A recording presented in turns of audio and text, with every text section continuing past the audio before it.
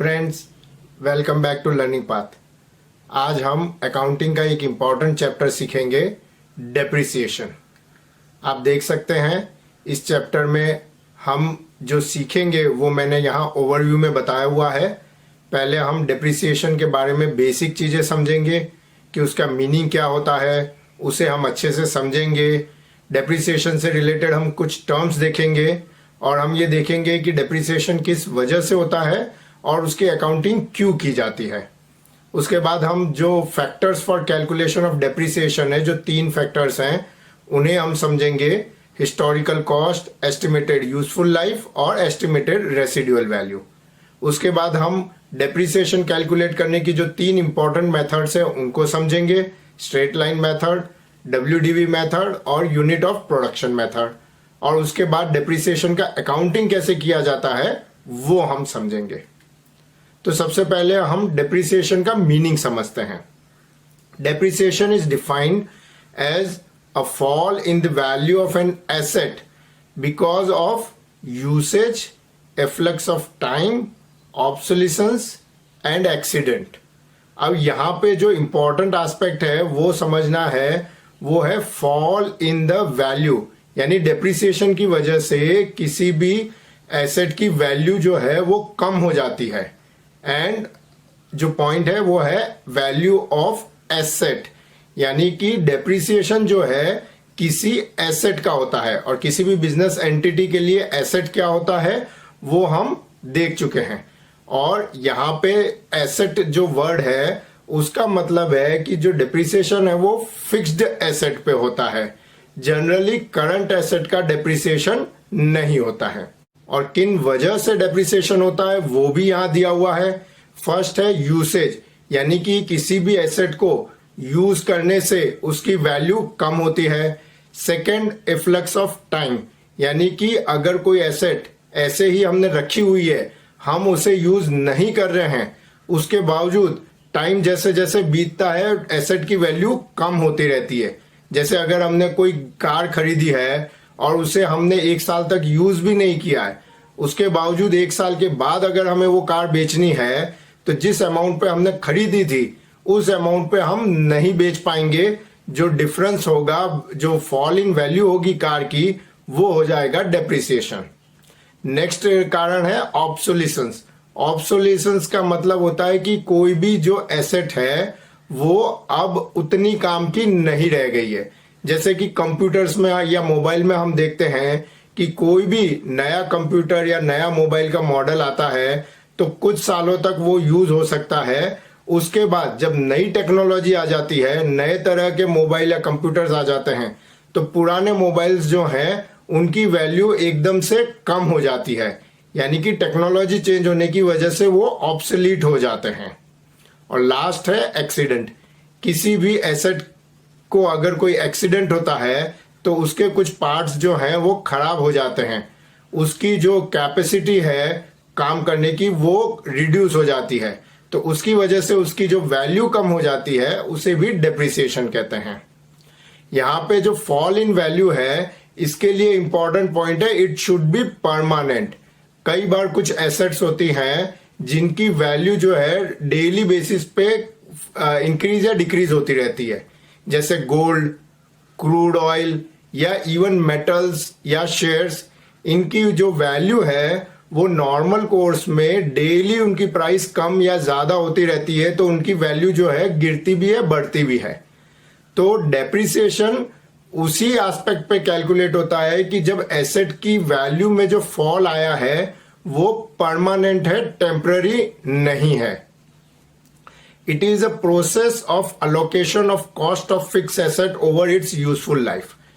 जैसा कि आपको पता है कि कोई भी एक्सपेंडिचर जब बिजनेस में किया जाता है तो अगर वो रेवेन्यू एक्सपेंडिचर है तो वो सारा का सारा एक्सपेंडिचर उसी साल एक्सपेंडिचर के रूप में गिन लिया जाता है।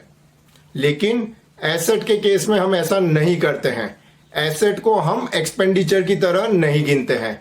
लेकिन अगर बिजनेस का पूरा लाइफ साइकिल हम देखें तो एसेट भी एक तरह का एक्सपेंडिचर ही है।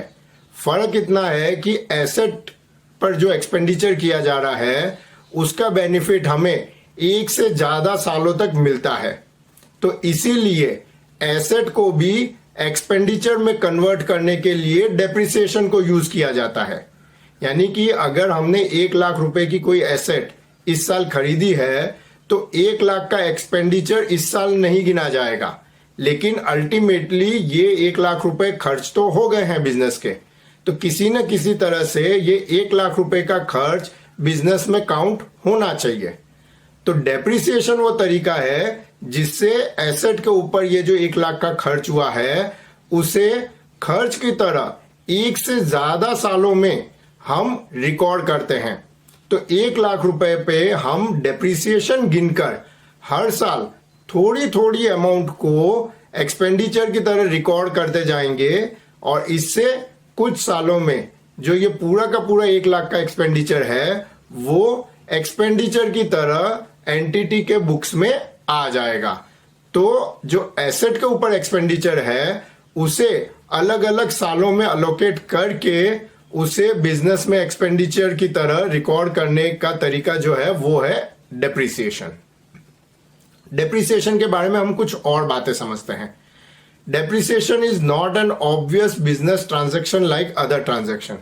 जैसा कि अभी तक आप सीख चुके हैं कि बिजनेस में बहुत सारे ट्रांजैक्शंस होते हैं और हर एक ट्रांजैक्शन में कोई सोर्स डॉक्यूमेंट जनरेट होता है और उस सोर्स डॉक्यूमेंट के बेस पर जो अकाउंटेंट है वो बिजनेस में जर्नल एंट्री करता है। लेकिन डेप्रिसिएशन जो है अपने आप में एक ट्रांजैक्शन नहीं है बाकी ट्रांजैक्शन की तरह। It is a process ongoing in business which is recognised and treatment is given in books of account.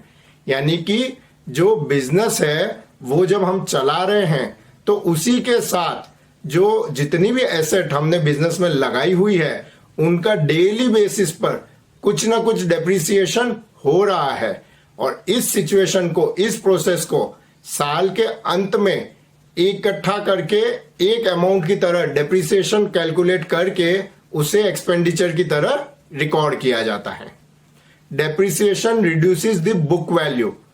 Depreciation से जो एसेट है उसकी जो बुक वैल्यू है यानी कि बैलेंस शीट में उस एसेट की अमाउंट को जो दिखाया जाता है वो अमाउंट जो है डेप्रिसिएशन की वजह से रिड्यूस हो जाती है। कैसे रिड्यूस होती है ये आगे जब हम डेप्रिसिएशन की अकाउंटिंग समझेंगे तो उससे क्लियर हो जाएगा। It may not lead to reduction in market value also. यानी कि डेप्रिसिएशन की वजह से बुक वैल्यू तो रिड्यूस होती है लेकिन एसेट की मार्केट वैल्यू भी रिड्यूस हो जाए ये जरूरी नहीं है। कई सारी एसेट ऐसी होती है कि जिनके ऊपर डेप्रिसिएशन तो हम अकाउंटिंग में लगाते हैं लेकिन उनकी मार्केट वैल्यू जो है टाइम के साथ इंक्रीज भी हो जाती है। जैसे अगर कोई शॉप है, बिल्डिंग है, तो इनकी वैल्यू जो है टाइम के साथ कई बार इंक्रीज हो जाती है। हालांकि बुक में जब ओनर है उसके ऊपर डेप्रिसिएशन गिनेगा तो बुक वैल्यू जरूर रिड्यूस हो जाती है। अब हम डेप्रिसिएशन से रिलेटेड कुछ टर्म समझते हैं। पहला है depletion. It is used in respect of extraction of natural resources like queries, mines etcetera which reduces the availability of natural resources. यानी कि कोई भी अगर नेचुरल रिसोर्स होता है जैसे कि कोल हुआ, आयरन हुआ, गोल्ड हुआ, तो इस तरह के नेचुरल रिसोर्सेज जो होते हैं उनकी जो माइन या क्वारीज वगैरह होती है उसमें उस एसेट की एक फिक्स क्वांटिटी होती है या एस्टिमेटेड क्वांटिटी होती है। तो उस एसेट को जब हम यूज करते हैं यानी कि उस माइन में से जब हम वो एसेट निकालते हैं थोड़ा थोड़ा तो उसकी वैल्यू कम होती जाती है क्योंकि अब उस माइन में पहले से कम रिसोर्स रह गया है। तो ये जो वैल्यू कम हो रही है माइन की उसे हम कहते हैं डिप्लीशन, जो एक तरह का डेप्रिसिएशन ही है। लेकिन इस तरह की जो नेचुरल रिसोर्सेज की जो एसेट होती है उनकी वैल्यू जो कम होती है उसमें से रिसोर्स निकालने की वजह से तो उसे डिप्लीशन कहते हैं। नेक्स्ट है ऑब्सोलिसेंस। इसके बारे में अभी हमने बात की कि it refers to decrease in value of asset on account of asset becoming out of date. यानी कोई भी एसेट जिसमें नई टेक्नोलॉजी आ जाती है तो पुरानी टेक्नोलॉजी की जो एसेट है वो आउट ऑफ डेट हो जाती है और उसकी वैल्यू में एकदम से गिरावट आ जाती है। तो उस जो रिडक्शन ऑफ वैल्यू है उसे हम ऑब्सोलिसेंस कहते हैं। नेक्स्ट टर्म है amortisation. It refers to writing off the proportionate value of intangible assets such as goodwill, copyright, patent, licence etcetera. यानी कि जितनी भी इंटेंजिबल एसेट होती है उनको यूज करने का जनरली एक लिमिटेड पीरियड होता है। जैसे अगर किसी बिजनेस एंटिटी ने कोई पेटेंट लिया है तो उसे 20 साल तक वो यूज कर सकते हैं। तो उस पेटेंट को एक्वायर करने का जितना भी खर्चा है वो खर्चा उस पेटेंट की कॉस्ट हो गई, और उस कॉस्ट को जो पेटेंट की जो लाइफ है यानी कि 20 ईयर्स, उस 20 ईयर्स में हम राइट ऑफ करते हैं, चाहे हम उस पेटेंट को यूज करें या न करें। ये फिक्स है कि 20 ईयर्स के बाद वो पेटेंट जो है वो कंपनी को अवेलेबल नहीं होगा। तो इसलिए जो उसकी कॉस्ट है उसे उन सालों में हम राइट ऑफ करते जाते हैं थोड़ा थोड़ा करके। तो ये जो राइट ऑफ की प्रोसेस है जिससे उस एसेट की वैल्यू कम हो रही है उसे कहते हैं अमोर्टाइजेशन। ये जो तीनों टर्म्स हैं ये जो है वो पर्टिकुलर टाइप की एसेट के लिए यूज करते हैं जैसा कि हमने अभी देखा। लेकिन ये तीनों टर्म जो डेप्रिसिएशन का एक ब्रॉड मीनिंग है उसी में इंक्लूड हो जाती है। यानी कि ये तीनों टर्म भी एक तरह से डेप्रिसिएशन को ही रिप्रेजेंट करती है। अब हम जानते हैं कि डेप्रिसिएशन क्यों होता है।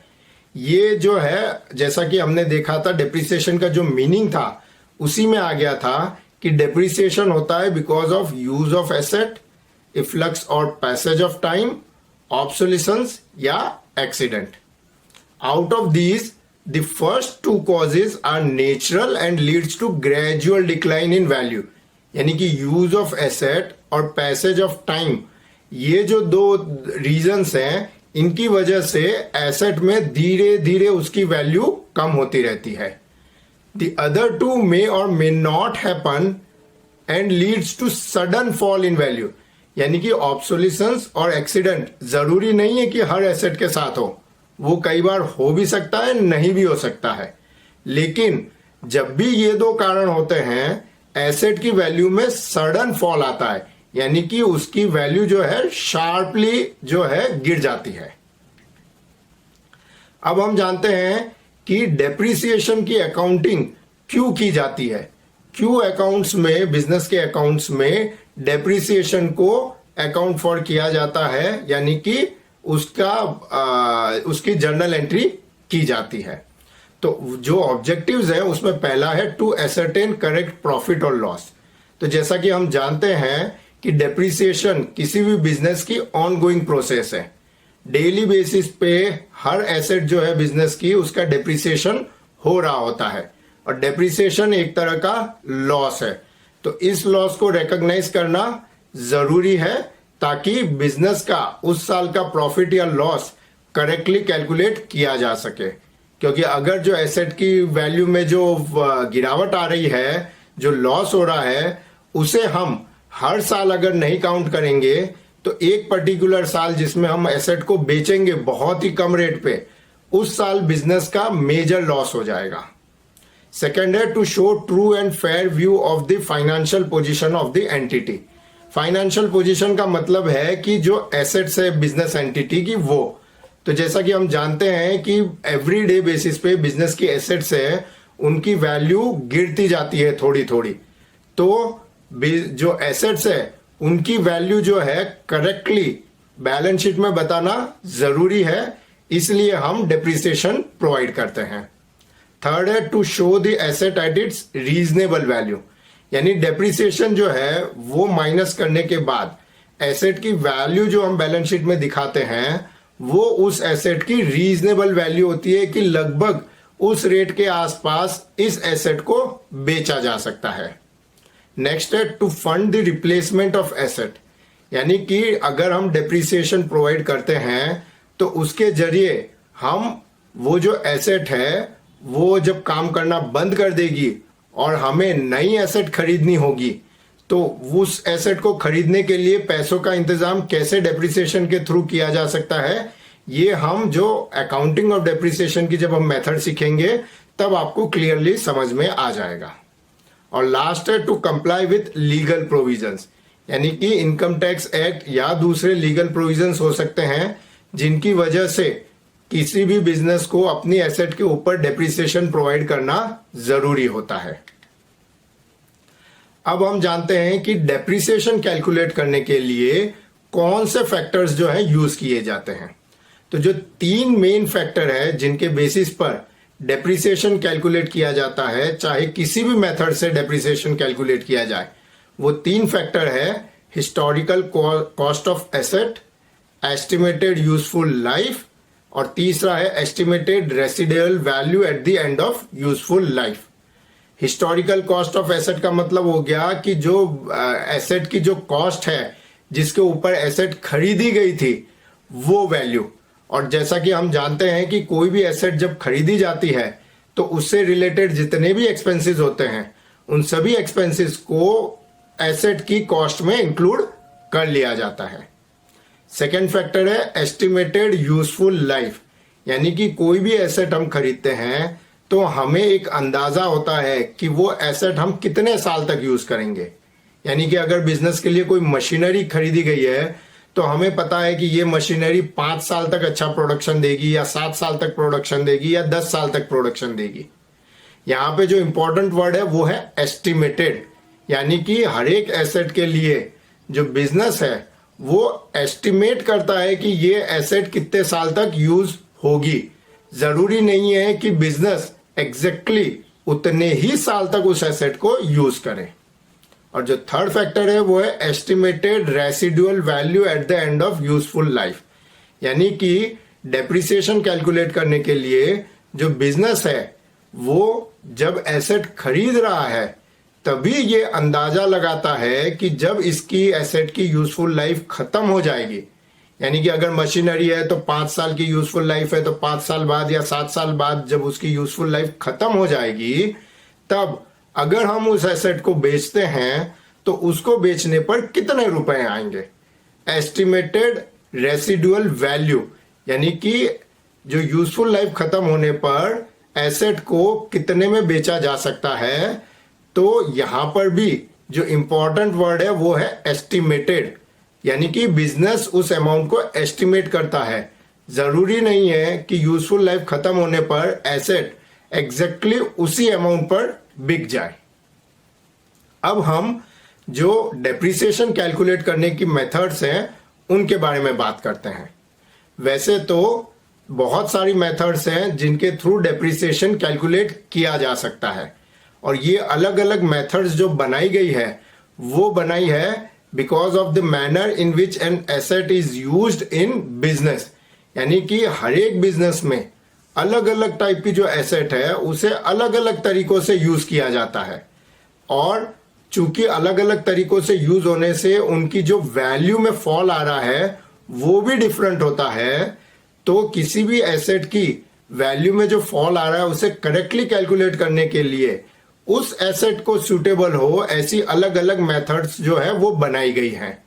लेकिन यहां पे आपके सिलेबस के लिए हम मेनली 3 मेथड सीखेंगे। वो है straight line method, reducing balance method जिसे रिटर्न डाउन वैल्यू मेथड भी कहते हैं, और थर्ड है यूनिट ऑफ प्रोडक्शन मेथड। सबसे पहले हम स्ट्रेट लाइन मेथड सीखते हैं। It is presume that the asset gets depreciated evenly during the useful life of asset.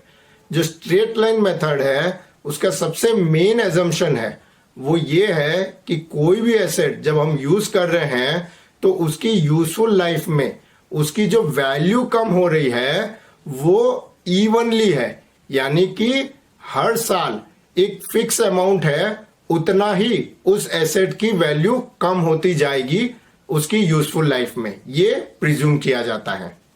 और इस मेथड से जो डेप्रिसिएशन कैलकुलेट करने का फॉर्मूला है वो है depreciation is equal to cost of asset minus residual value divided by useful life of asset.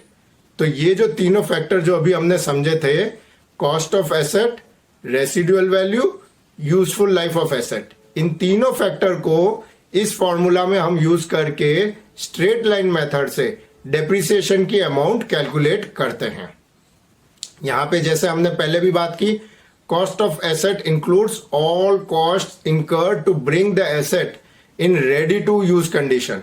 यानी कि अगर एसेट को खरीदते वक्त कोई अगर हमने खर्चा किया हुआ है तो उस खर्चे को एसेट की कॉस्ट में ही ऐड किया जाता है जब तक कि वो asset ready to use condition में नहीं आ जाती।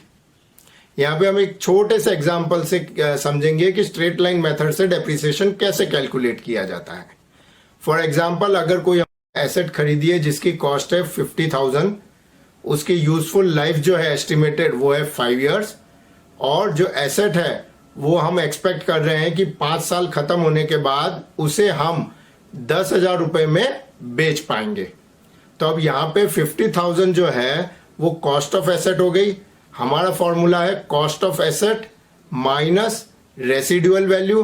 तो कॉस्ट ऑफ एसेट है 50,000 माइनस रेसिडुअल वैल्यू यानी कि 10,000, तो वो हो गया 40,000, और divided by estimated useful life जो कि यहाँ पे है 5 इयर्स, यानी कि 40,000 divided by 5 is equal to 8,000 per year. तो डेप्रिसिएशन जो है वो हो जाएगा 8,000 5 ईयर।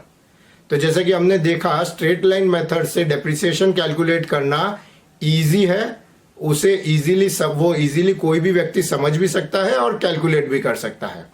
और जो सबसे इंपॉर्टेंट बात है कि इस मेथड में जो डेप्रिसिएशन की अमाउंट है एवरी ईयर सेम रहती है, इसलिए अगर आपने फर्स्ट ईयर का डेप्रिसिएशन कैलकुलेट कर लिया है तो बाकी के सालों में डेप्रिसिएशन अगेन कैलकुलेट करने की जरूरत नहीं पड़ती है।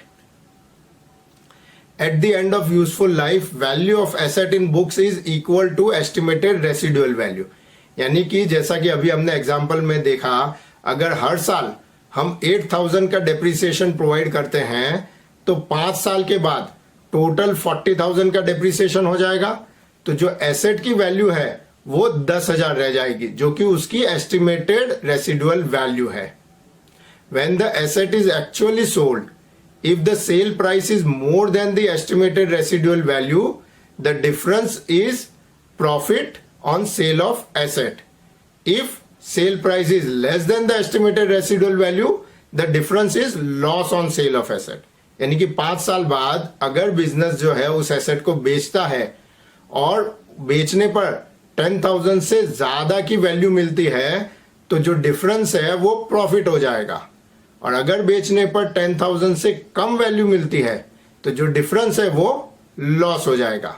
लेकिन यहां एक पॉइंट जानना जरूरी है कि it is not necessary to sell the asset after completion of estimated useful life. यानी कि जरूरी नहीं है कि 5 साल कंप्लीट होने के बाद बिजनेस जो है उस एसेट को बेच ही दे। हो सकता है बिजनेस उस एसेट को कुछ साल और यूज करे, या उससे पहले अगर उस एसेट की जो है कैपेसिटी कम हो गई है, वो बिजनेस के लिए इकोनॉमिकल नहीं रह गई है, तो बिजनेस 5 साल से पहले भी उसे बेच सकता है। यहां पे हम कुछ और इंपॉर्टेंट पॉइंट समझते हैं कि जो हमने बात की थी डेप्रिसिएशन के फॉर्मूला में, cost of asset minus residual value, estimated residual value. तो ये जो टर्म है cost of asset minus estimated residual value, इसे कहते हैं डेप्रिशिएबल वैल्यू।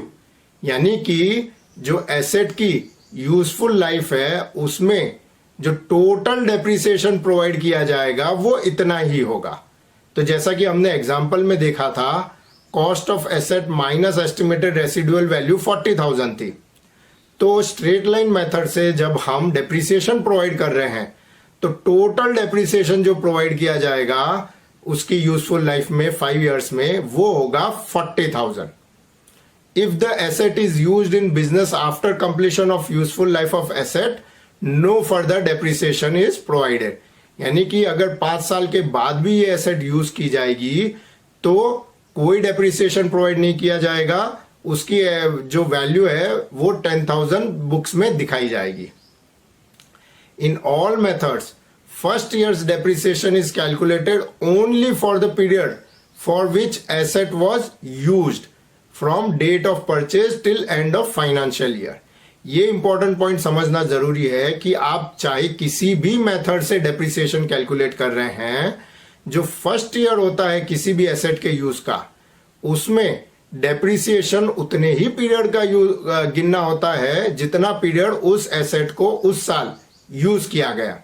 यानी कि अगर किसी भी बिजनेस एंटिटी का फाइनेंशियल ईयर अप्रैल से लेकर 1 अप्रैल से 31 मार्च तक है और कोई एसेट जो है 1 अक्टूबर को खरीदी गई थी, तो यानी कि उस एसेट को बिजनेस में सिर्फ 6 महीने के लिए यूज किया गया है, अक्टूबर, नवंबर, दिसंबर, जनवरी, फरवरी एंड मार्च।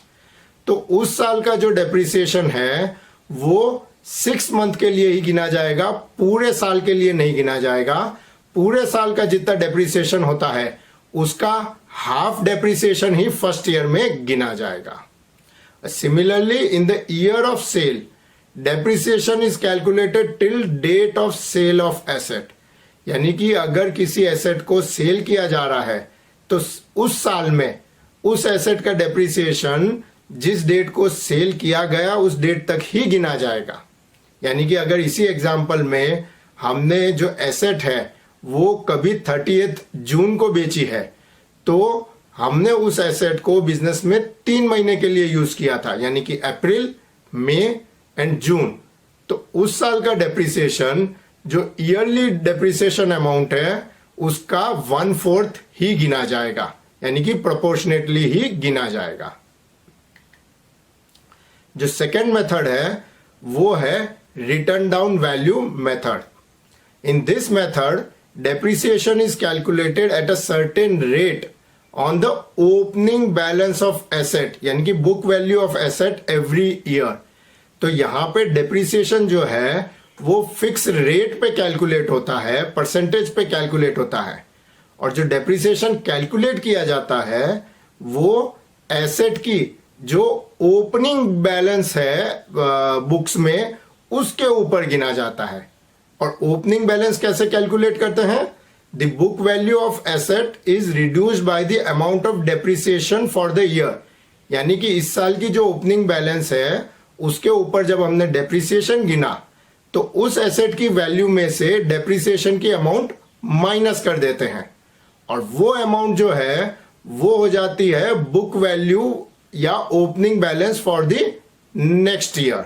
और फिर उसके ऊपर अगेन डेप्रिसिएशन गिनते हैं, अगेन जो है एसेट की बुक वैल्यू माइनस हो जाएगी और वो रिड्यूस्ड बुक वैल्यू जो है उसके बाद के साल की ओपनिंग वैल्यू हो जाएगी। तो इस तरह से रिटर्न डाउन वैल्यू में डेप्रिसिएशन कैलकुलेट किया जाता है और इसका फॉर्मूला है depreciation is equal to opening balance of asset multiply by rate of depreciation. In this method amount of depreciation is higher in initial years and lower in later years। यानी कि जैसा कि हम समझ सकते हैं पहला जो साल है उसमें फुल वैल्यू के ऊपर डेप्रिसिएशन गिना जाता है, तो उसमें डेप्रिसिएशन की अमाउंट सबसे ज्यादा होगी। उसके बाद एसेट की बुक वैल्यू कम हो गई और कम वैल्यू के ऊपर जब हम डेप्रिसिएशन गिनेंगे नेक्स्ट ईयर तो अगले साल डेप्रिसिएशन कम हो जाएगा। उसके बाद बुक वैल्यू और कम हो गई। थर्ड ईयर में जब हम डेप्रिसिएशन गिनेंगे तो वो और कम आएगा।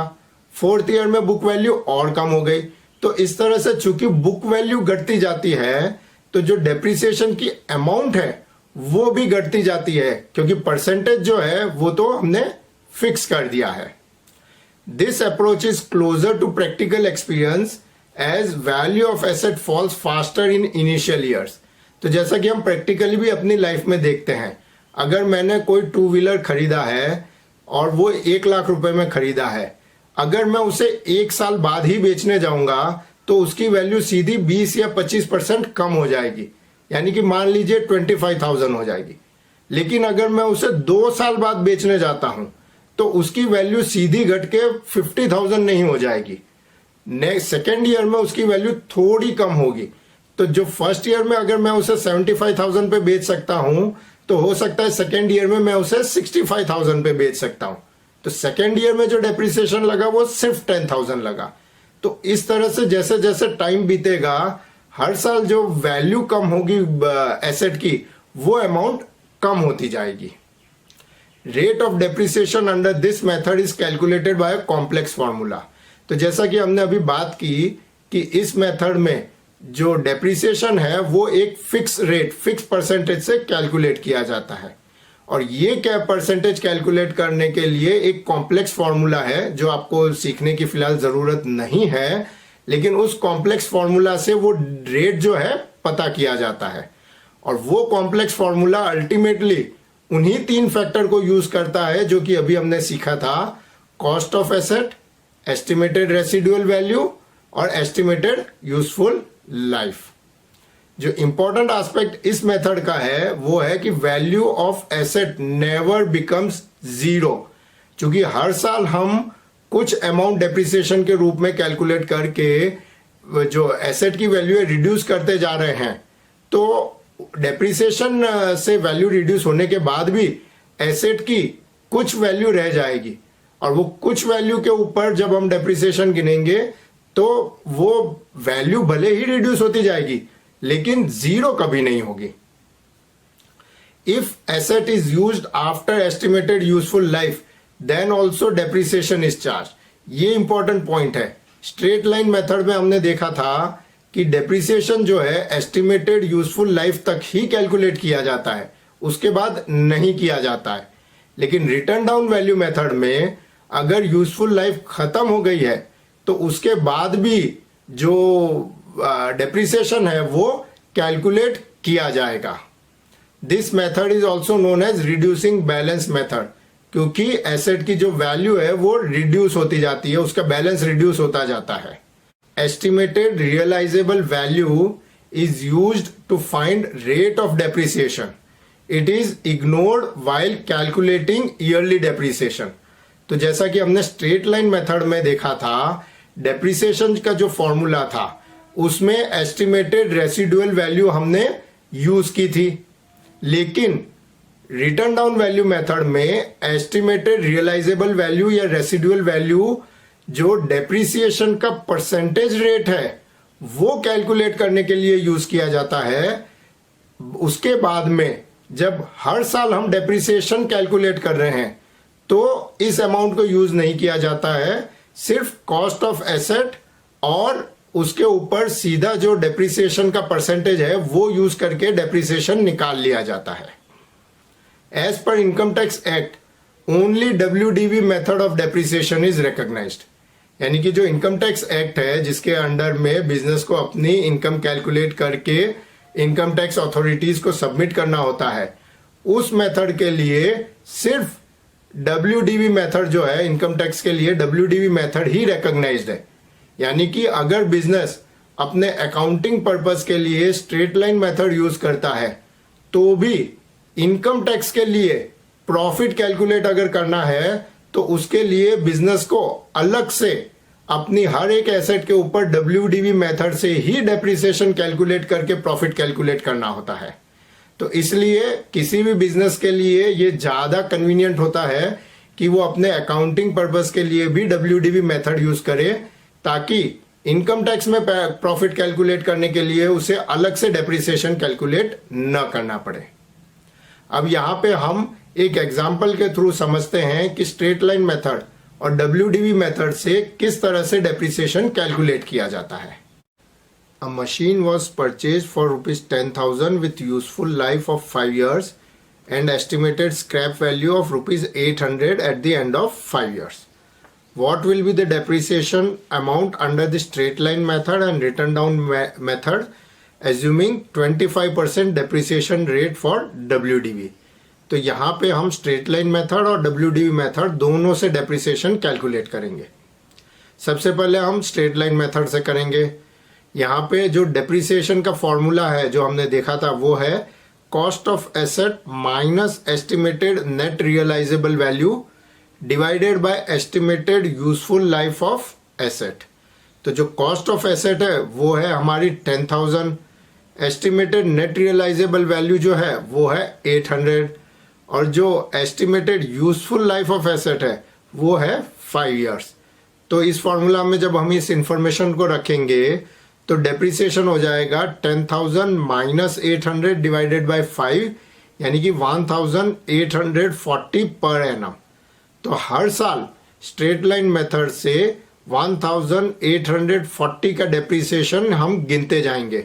तो जब हम 5 इयर्स तक इस डेप्रिसिएशन को गिनेंगे तो 5 इयर्स में हम टोटल डेप्रिसिएशन जो गिनेंगे या प्रोवाइड करेंगे वो हो जाएगा 9200, और 5 इयर्स के बाद में उस एसेट की बुक वैल्यू हो जाएगी 800 रुपीज, जो कि उसकी एस्टिमेटेड नेट रियलाइजेबल वैल्यू है। तो इस तरह से स्ट्रेट लाइन मेथड से हम डेप्रिसिएशन कैलकुलेट करते हैं। अब हम देखेंगे कि WDV मेथड से कैसे डेप्रिसिएशन कैलकुलेट करते हैं। जो WDV मेथड है उससे हम इस तरह से करेंगे कि जो फर्स्ट ईयर है उसमें, जैसा कि डेप्रिसिएशन का हमें फॉर्मूला पता है, वो है cost of asset multiply bye depreciation rate. यहाँ पे कॉस्ट ऑफ एसेट है 10,000, डेप्रिसिएशन रेट हमें दिया हुआ है 25%। तो जो फर्स्ट ईयर का डेप्रिसिएशन है वो हो जाएगा 10,000 मल्टीप्लाई बाय 25%, यानी कि 2,500। तो जब पहले साल का डेप्रिसिएशन हम कैलकुलेट करेंगे तो वो फुल वैल्यू पे होगा, वो होगा 2,500, और ये 2,500 हम एसेट की जो बुक वैल्यू है 10,000 उसमें से माइनस कर देंगे। तो जो फर्स्ट ईयर है उसके एंड पर जो एसेट की बुक वैल्यू है वो हो जाएगी 10,000 माइनस 2,500, यानी कि 7,500। अब सेकेंड ईयर में जब हम डेप्रिसिएशन कैलकुलेट करेंगे तो फॉर्मूला हम वही लेंगे कि cost of asset multiply bye depreciation rate. यहां पे अब हमारी जो एसेट है उसकी वैल्यू हो जाएगी 7,500, जो कि सेकेंड ईयर की ओपनिंग वैल्यू थी। तो वो हो जाएगी 7,500 इंटू 25%, यानी कि 1,875। अब ये 1,875 हम 7,500 में से रिड्यूस कर देंगे। तो जो सेकेंड ईयर है उसके एंड पर जो बुक वैल्यू है एसेट की वो हो जाएगी 5,625, और थर्ड ईयर में उसी तरह जब हम डेप्रिसिएशन कैलकुलेट करेंगे तो हम करेंगे 5,625 के ऊपर, उसके ऊपर हम 25% कैलकुलेट करेंगे। तो हमारी जो डेप्रिसिएशन की अमाउंट है वो हो जाएगी 1,406। तो eight the end of third year जो एसेट की वैल्यू है वो हो जाएगी 4,219। तो इसी तरह से फोर्थ ईयर, फिफ्थ ईयर उसमें भी हम एसेट की डेप्रिसिएशन इसी तरह से जो रिड्यूस्ड बुक वैल्यू है उसके ऊपर 25% के हिसाब से हम गिनते जाएंगे। तो यहां पे मैं एक बार आपको फिर से याद दिला दूं कि if the machine is not disposed of in the 6th year, depreciation will be calculated in 7th year and thereafter also. यानी कि रिटर्न डाउन वैल्यू मेथड से जब मशीनरी की यूजफुल लाइफ या एसेट की यूजफुल लाइफ खत्म हो जाती है, उसके बाद अगर हमने उसे सेल नहीं किया है तो भी उसका डेप्रिसिएशन हम गिनते रहते हैं, जो डेप्रिसिएशन का परसेंटेज रेट है उससे। हालांकि स्ट्रेट लाइन मेथड में the asset has balance equal to estimated residual value at the end of estimated useful life.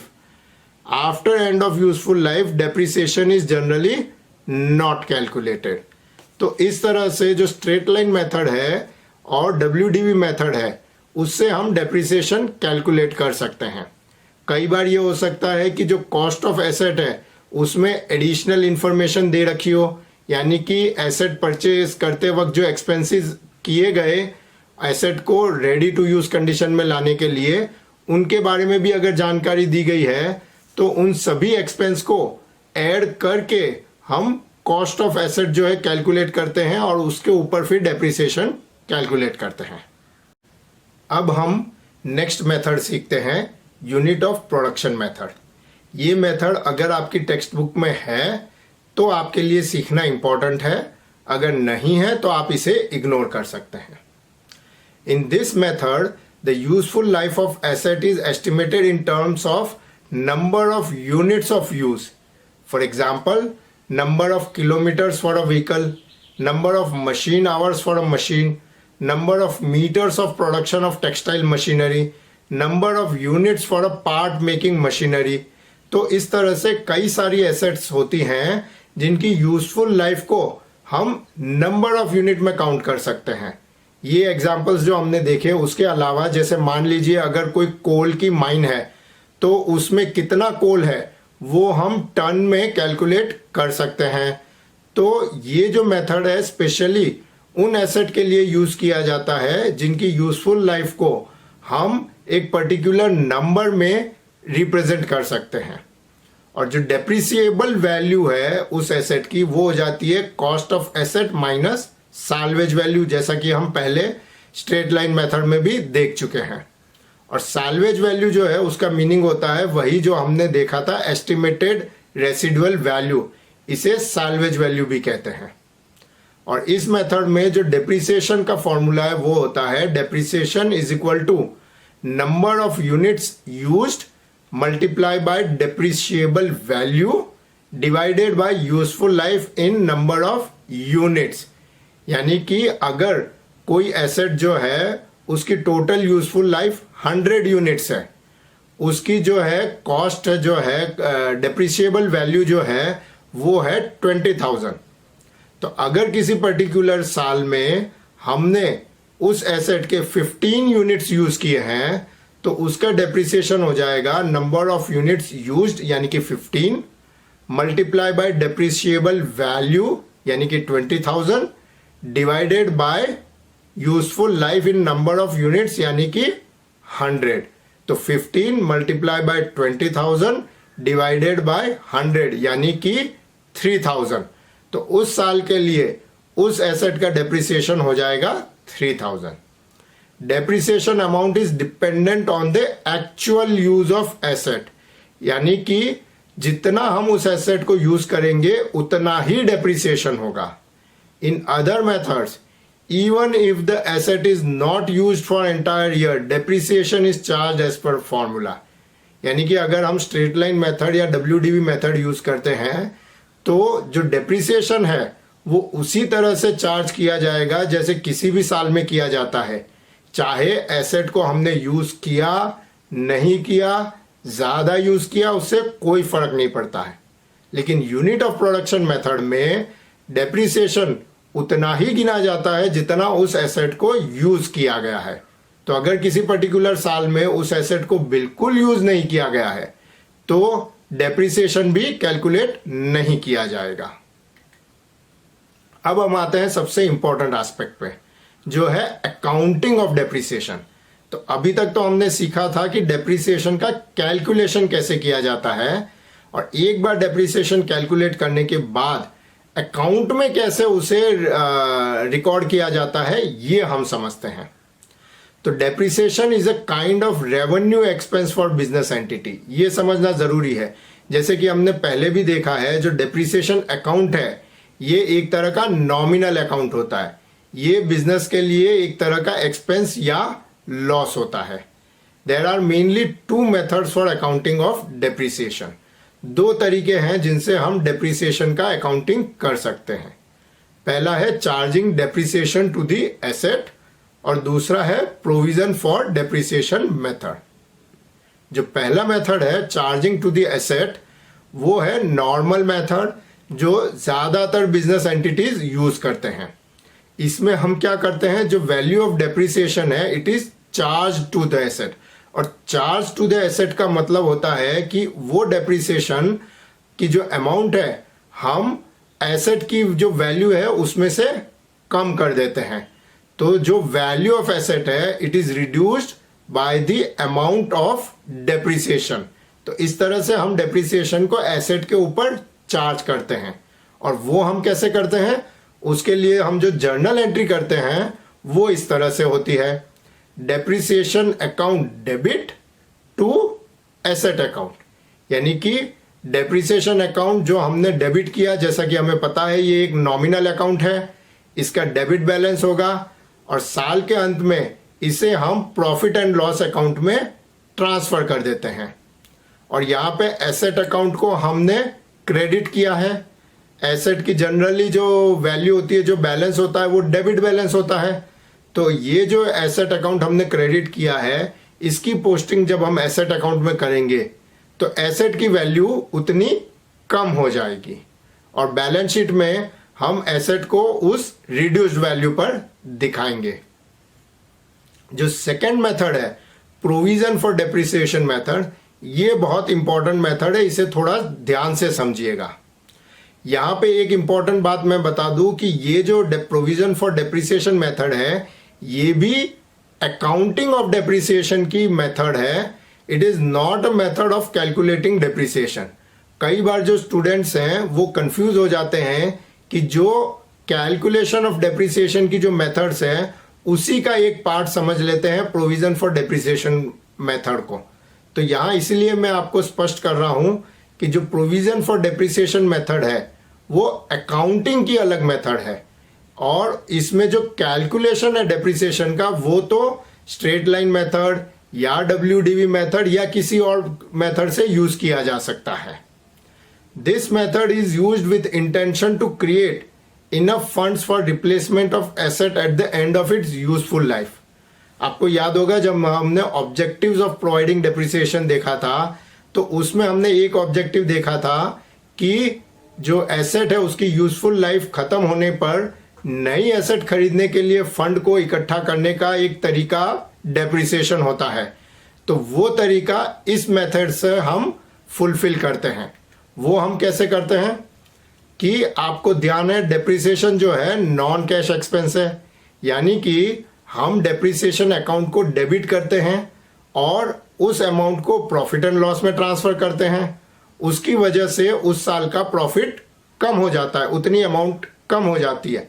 लेकिन डेप्रिसिएशन की जो अमाउंट है उसका पेमेंट किसी को नहीं किया जाता है। वो जो कैश है वो तो बिजनेस के पास ही रह गई। मैं आपको एक छोटे से एग्जांपल से ये समझाता हूं कि अगर बिजनेस के सारे एक्सपेंसेस ध्यान में लेने के बाद किसी भी बिजनेस का प्रॉफिट जो है 100 रुपीज है, जिसमें सारी इनकम सारे एक्सपेंसेस आ गए हैं, सिर्फ डेप्रिसिएशन बाकी रह गया है। अब अगर उस साल जो टोटल डेप्रिसिएशन है सारी एसेट्स का वो मान लीजिए 15 रुपीज है, तो चूंकि डेप्रिसिएशन का डेबिट बैलेंस होता है तो अकाउंट में हमारा जो प्रॉफिट है वो 15 रुपीज कम हो जाएगा, यानी कि जो नेट प्रॉफिट होगा वो 85 रुपीज हो जाएगा। लेकिन ये जो 15 रुपीज है ये हमने किसी को नहीं दिए हैं, वो पैसा अभी भी बिजनेस के पास है। तो बिजनेस के पास तो आज भी 100 रुपीज है, चाहे अकाउंटिंग प्रॉफिट 85 रुपीज है। तो इस बात को आप समझे कि डेप्रिसिएशन कैसे अफेक्ट करता है अकाउंटिंग प्रॉफिट को, लेकिन जो कैश बिजनेस के पास है यानी कि कैश प्रॉफिट जो बिजनेस में है उस पर असर नहीं होता है। तो अब ये जो 15 रुपीज है जो बिजनेस के पास कैश रह गया है, बिजनेस क्या करता है उस अमाउंट को कहीं पे इन्वेस्ट कर देता है। तो हर साल जितना भी डेप्रिसिएशन हो रहा है उस अमाउंट को कहीं पे इन्वेस्ट करते जाते हैं, और इन इन्वेस्टमेंट पे हर साल कुछ रिटर्न भी मिलता जाता है। तो जब उस एसेट की यूजफुल लाइफ खत्म हो गई तो बिजनेस के पास हर साल का जो डेप्रिसिएशन था उतनी अमाउंट इन्वेस्टमेंट में होती है, प्लस हर साल इन्वेस्टमेंट ने जो रिटर्न कमाया है वो अमाउंट भी होती है। तो वो सारी की सारी अमाउंट का जो इन्वेस्टमेंट है वो बिजनेस जो है एसेट की यूजफुल लाइफ खत्म होने के बाद उस इन्वेस्टमेंट को बेच देते हैं और उस पैसे से नई एसेट खरीद लेते हैं। तो जब नई एसेट खरीदने के लिए बड़ा पैसा चाहिए तो बिजनेस को कोई परेशानी नहीं होती। जो डेप्रिसिएशन के अमाउंट इन्वेस्ट की गई थी उन्हीं पैसों से नई मशीन खरीदी जा सकती है। तो इस पर्पस के लिए provision for depreciation method use की जाती है अकाउंटिंग के लिए। और इसमें जो जर्नल एंट्री की जाती है डेप्रिसिएशन की वो इस तरह से की जाती है कि depreciation account debit to provision for depreciation account. जो नॉर्मल मेथड थी उसमें हमने देखा था कि डेप्रिसिएशन अकाउंट डेबिट करके एसेट के अकाउंट को हम क्रेडिट करते हैं। तो यहां पे हम एसेट अकाउंट क्रेडिट करने की बजाय एक नया अकाउंट यूज करते हैं प्रोविजन फॉर डेप्रिसिएशन अकाउंट। तो अब जब हमने एसेट अकाउंट को यूज ही नहीं किया है डेप्रिसिएशन की जर्नल एंट्री में, तो जो एसेट है उसे बैलेंस शीट में हम बुक वैल्यू जो कॉस्ट ऑफ एसेट है उसी पर दिखाते रहेंगे।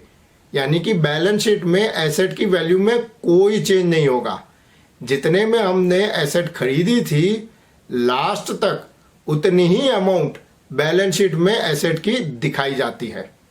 लेकिन यहाँ पे हम जो provision for depreciation account credit कर रहे हैं तो इसका मतलब इस अकाउंट का क्रेडिट बैलेंस रहेगा और इस बैलेंस को हम बैलेंस शीट में दिखाते हैं। और बैलेंस शीट में इसे दो तरीके से दिखाया जा सकता है। चूंकि इसका क्रेडिट बैलेंस होता है तो पहला तरीका है कि इसे लायबिलिटी साइड में हम दिखा दें और दूसरा तरीका है कि जो एसेट की वैल्यू हम डेबिट एसेट साइड में दिखा रहे हैं उसी में से जो प्रोविजन फॉर डेप्रिसिएशन की अमाउंट है उसे हम माइनस करके दिखा दें और जो एसेट की नेट वैल्यू हम दिखा दें। दोनों ही तरीके सही है।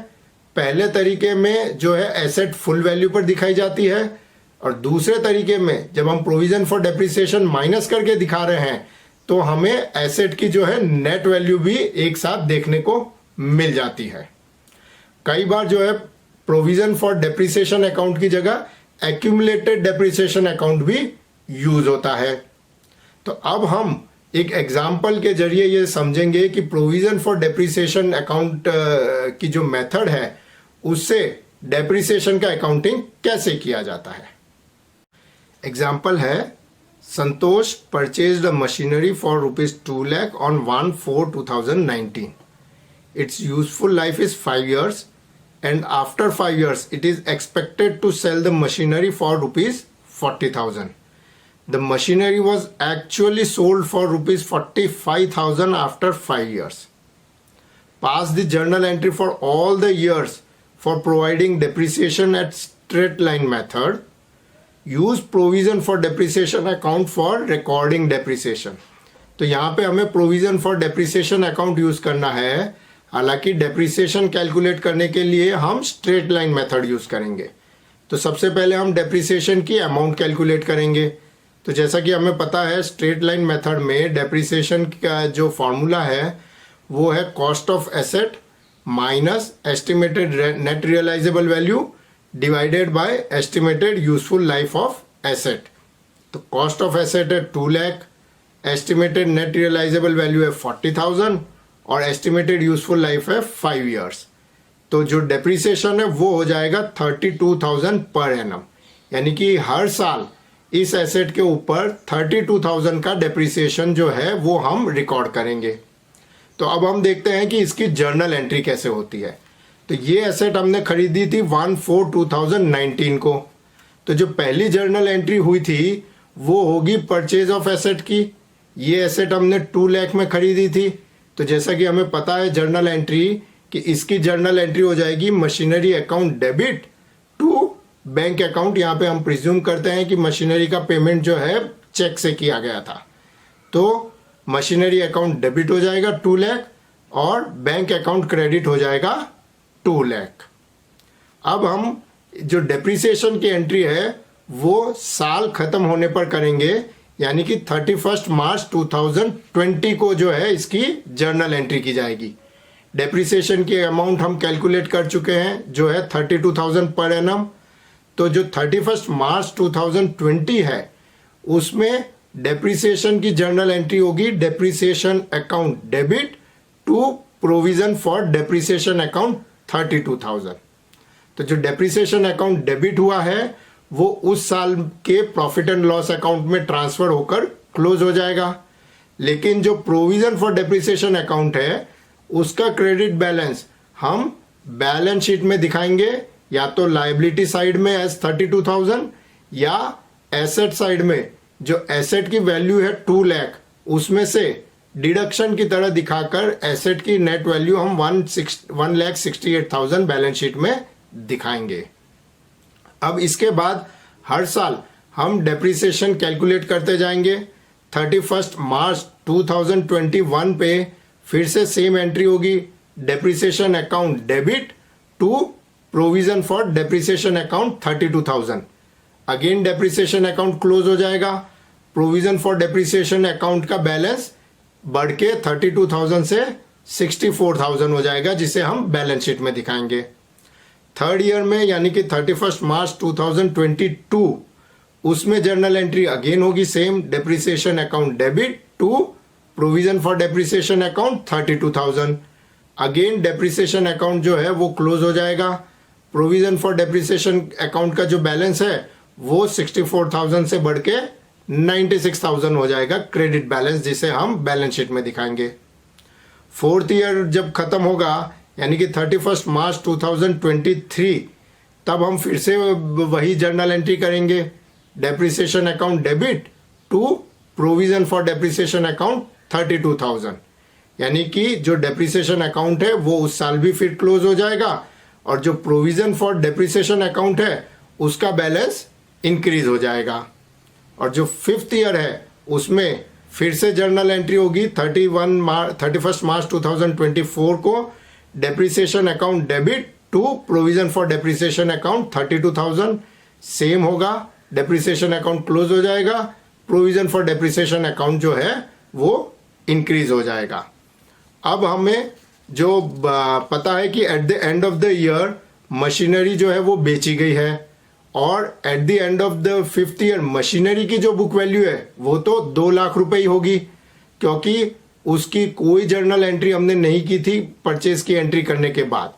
तो बुक्स में मशीनरी की वैल्यू है वो 2 लाख रुपए ही होगी। जो प्रोविजन फॉर डेप्रिसिएशन अकाउंट है फिफ्थ ईयर का, यानी कि जब फिफ्थ ईयर खत्म हो रहा है तो वो हमें कुछ इस तरह से दिखेगा।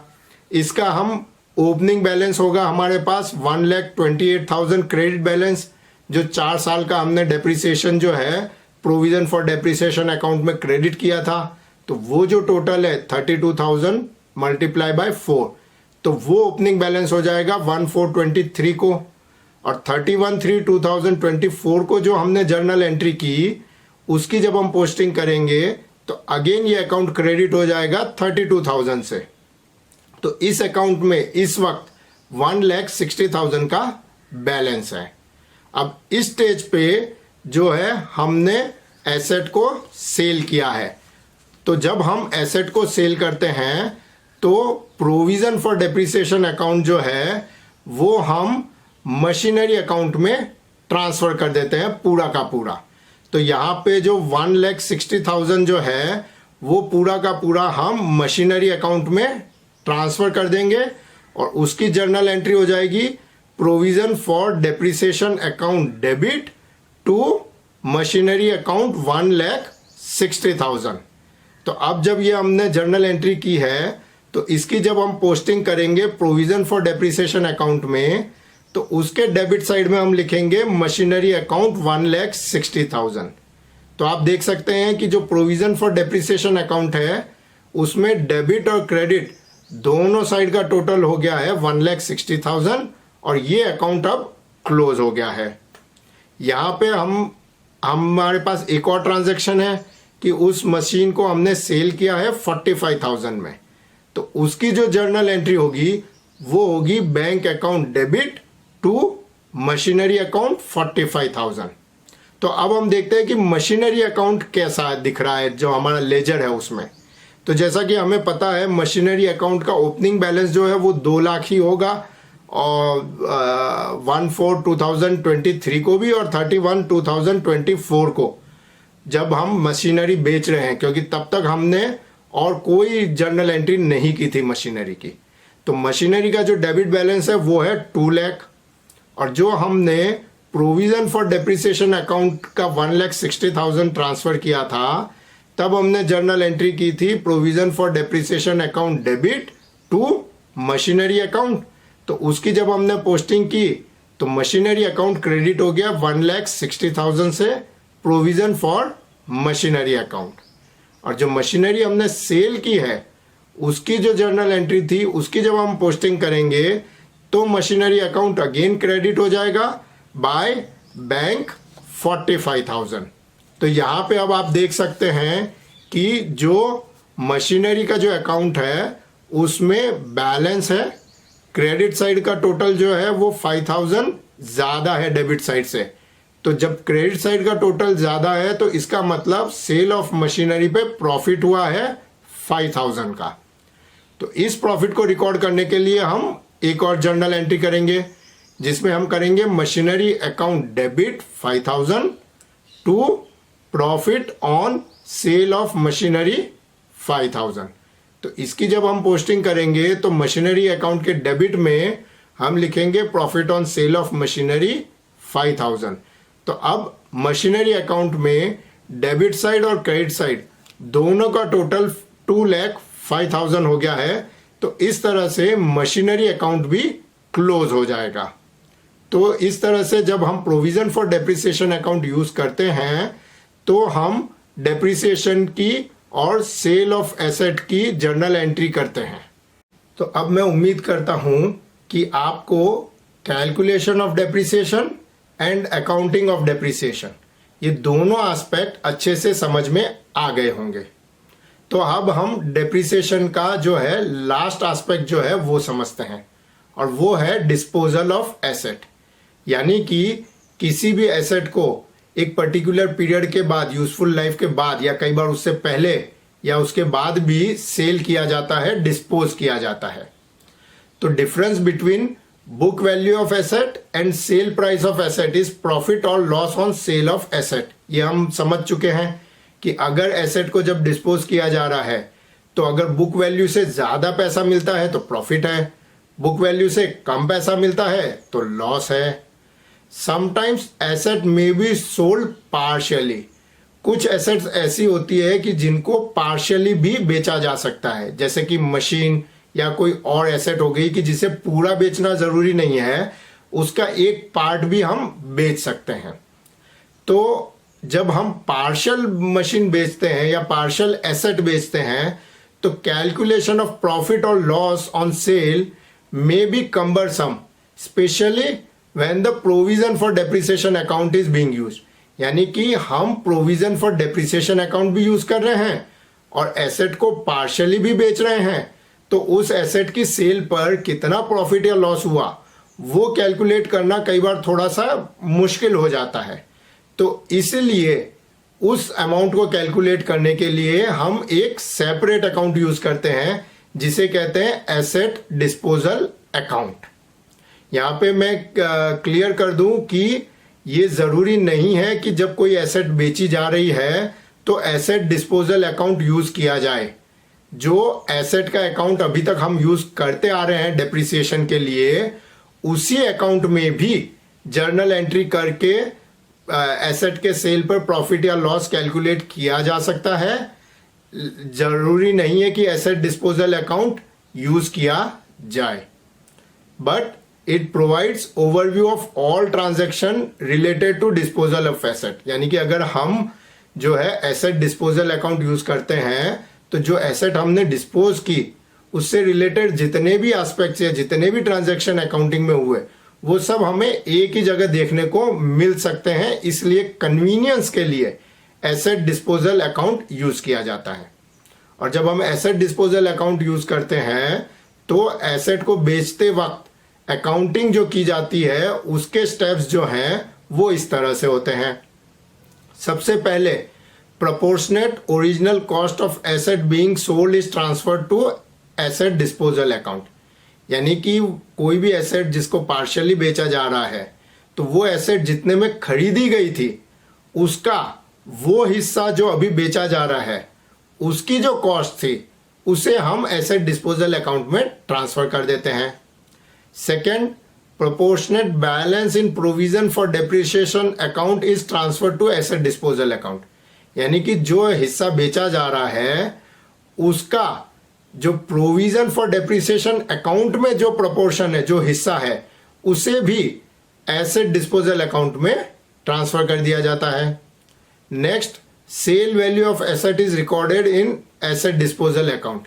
यानी कि जो हिस्सा बेचा जा रहा है वो कितने में बेचा गया उसे एसेट डिस्पोजल अकाउंट में ही डायरेक्टली रिकॉर्ड किया जाता है। Balance in this account is profit और loss on sale of asset. तो एक बार सेल की वैल्यू रिकॉर्ड होने के बाद जब हम उस अकाउंट को क्लोज करते हैं, एसेट डिस्पोजल अकाउंट को क्लोज करते हैं, तो उसका जो बैलेंस है वो प्रॉफिट या लॉस दिखाता है।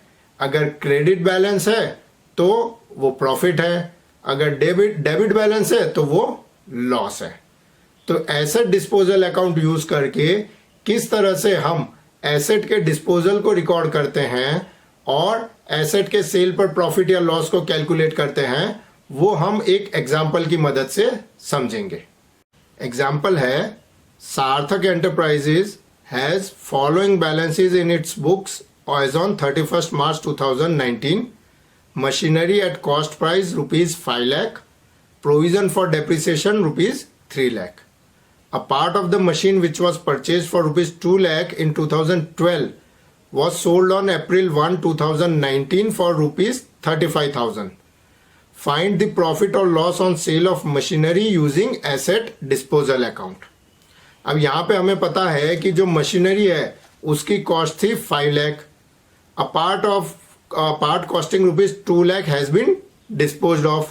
इसका मतलब ये जो पार्ट है वो टोटल मशीनरी का 40% था, कि 5 लाख का 40% यानी 2 लाख। यानी कि अब 40% of balance in machinery account and 40% of balance of provision for depreciation account will be transfer to asset disposal account. तो इन दोनों ही अकाउंट में से जो मशीनरी अकाउंट और प्रोविजन फॉर डेप्रिसिएशन अकाउंट है, उसमें से एसेट का जितना हिस्सा हम बेच रहे हैं यानी कि 40%, वो अमाउंट एसेट डिस्पोजल अकाउंट में ट्रांसफर कर दी जाएगी। तो उसकी हम जर्नल एंट्री करेंगे, asset disposal account debit to machinery account 2 lakh, यानी कि जो मशीनरी है उसकी वैल्यू का 40% हमने एसेट डिस्पोजल अकाउंट में ट्रांसफर कर दिया। दूसरी हम जर्नल एंट्री करेंगे, provision for depreciation account 1,20,000 to asset disposal account 1,20,000, यानी कि जो प्रोविजन फॉर डेप्रिसिएशन अकाउंट था उसका 40% भी हमने एसेट डिस्पोजल अकाउंट में ट्रांसफर कर दिया। और जो थर्ड जर्नल एंट्री होगी, जो हमने सेल किया एसेट का, वो सेल किया है हमने 35,000 पे, तो उसकी जर्नल एंट्री हो जाएगी bank account debit to asset disposal account credit 35,000।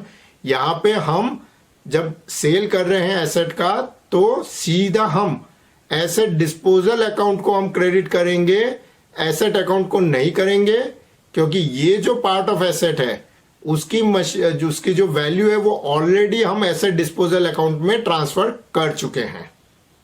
तो अब जब इन जर्नल एंट्रीज के बेस पर आप अपना एसेट डिस्पोजल अकाउंट बनाएंगे तो वो इस तरह से बनेगा कि पहली जर्नल एंट्री में हमने एसेट डिस्पोजल अकाउंट डेबिट किया था 2 लाख से, तो एसेट डिस्पोजल अकाउंट के हम डेबिट में लिख देंगे मशीनरी अकाउंट 2 लाख।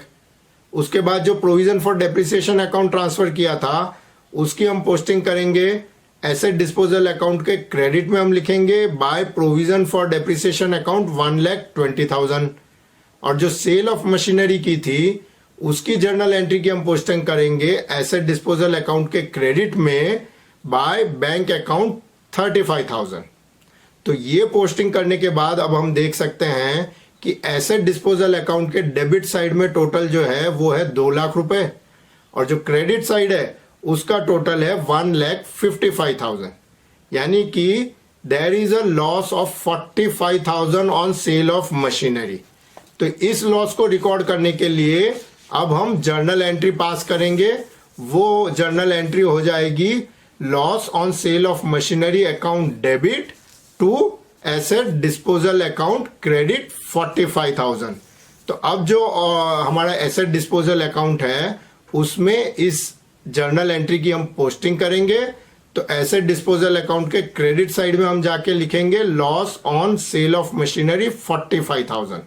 तो अब आप देख सकते हैं कि जो एसेट डिस्पोजल अकाउंट है उसमें डेबिट साइड और क्रेडिट साइड दोनों का जो टोटल है वो है 2 लाख रुपीस।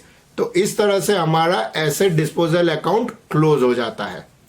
तो हमने देखा कि किस तरह से जब पार्ट ऑफ एसेट सेल किया जा रहा है और provision for depreciation account use किया जा रहा है, तो एसेट डिस्पोजल अकाउंट यूज करने से उस जो पार्ट एसेट है उससे रिलेटेड जितने भी ट्रांजैक्शन है हम एक जगह पे इकट्ठे कर लेते हैं एसेट डिस्पोजल अकाउंट के नाम से।